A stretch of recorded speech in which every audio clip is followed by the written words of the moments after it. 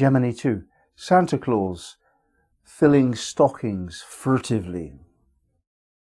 So Santa Claus is the archetype of kindness and generosity, and gives you stuff that is really not dependent upon what you've done or who you are. It used to be. There used to be a finger-wagging aspect. You'll only get presents if you've been a good child, but not so much now. You get stuff at Christmas. And this is what people think of as Christmas, whereas the suggestion is it celebrates the birth of Christ. You'd think it'd be a sacred festival. But it's not really. It's a festival of materiality. It goes back to the pagan times when the winter solstice was celebrated in a bacchanalian kind of way. And that's what it's like nowadays, where we eat too much and we drink too much and so on. So the kind of spiritual aspect of this is not so much avoided completely, but very disguised indeed. Going back a very long time indeed, it is said that there was a time on Earth when a continent existed called Pangaea that's now lost under the Pacific Ocean. And at that time, magic was just the way of being. And if you wanted something, you just think about it, and there it was. It was made physical in front of your eyes. And that memory lingering on in our psyche, that we could do that, is what gives rise to the practice of what we call magic today. And it still works. It's just very much slower. We can't do it quickly. But the idea of actually wanting something, or desiring is a better word to use, desiring something and expecting it to be fulfilled, that idea is still real. That's how things work. Despite all the evidence and all the teachings, that's how things work. We desire something and it comes to pass. And Christmas is the what we've got left to celebrate that idea, the ritualization of fulfillment of expectation and desire, the making sacred of that principle of desire, contrary to religion nowadays. For a couple of thousand years in Christianity, Buddhists also, Muslims also, desire is not celebrated, whereas in the pagan tradition that goes way back, it is. And here we have a pagan celebration dressed up as a Christian one. Now the other side of Christmas is that you tend to get together with people, specifically your family, and you celebrate society. That's another important part of the occasion. And yet we all say Christmas is for the kids. And there's some truth in that, because the attitude that we engender, we persuade the kids to be this way, is one of expectation and innocent longing. We encourage our children to expect something wonderful to happen at Christmas time.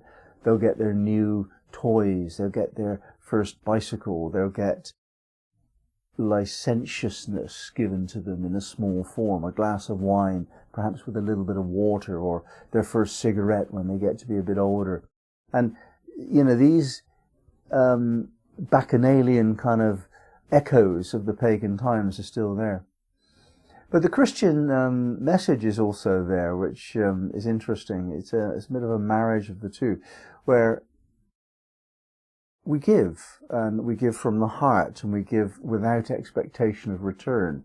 As parents, we're generous at that time of year. And if we've forgotten this principle of magic, where we can expect to get what we desire, and we forget that during the whole of the year, we're reminded of it at Christmas. And that's very important.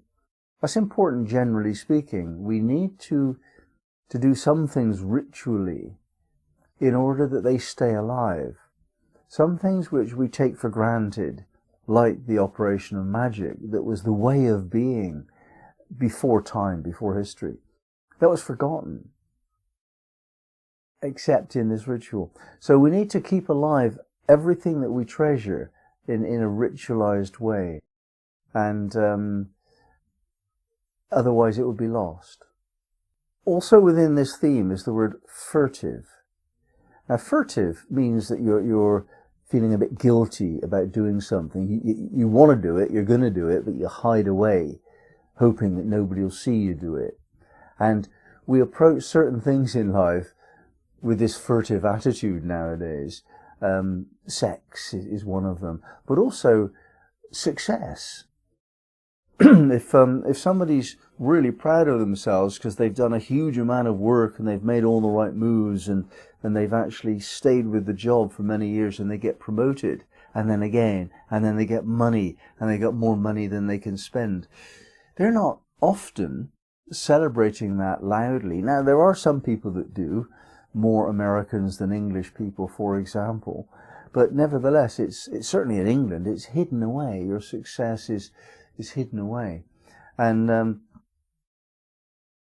like I say, same with sexuality, you're kind of programmed to feel guilty about some things. And at Christmas, that furtiveness of Santa Claus is a strange idea. Santa Claus is not a furtive figure at all. He's coming, he's big, he's red.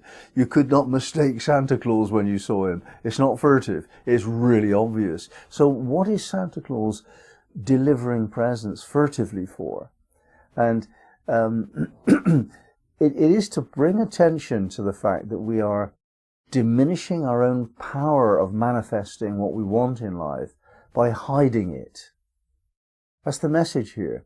We're being taught that it is not appropriate in a magical sense for a master to hide their desire nature. It's just not going to work that way.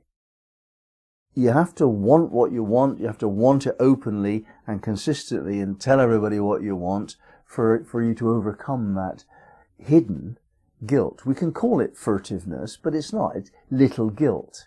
And guilt is always wrong. Whatever you're doing because you feel guilty makes a worse problem. So is blame. Those two things, guilt and blame, are just wrong.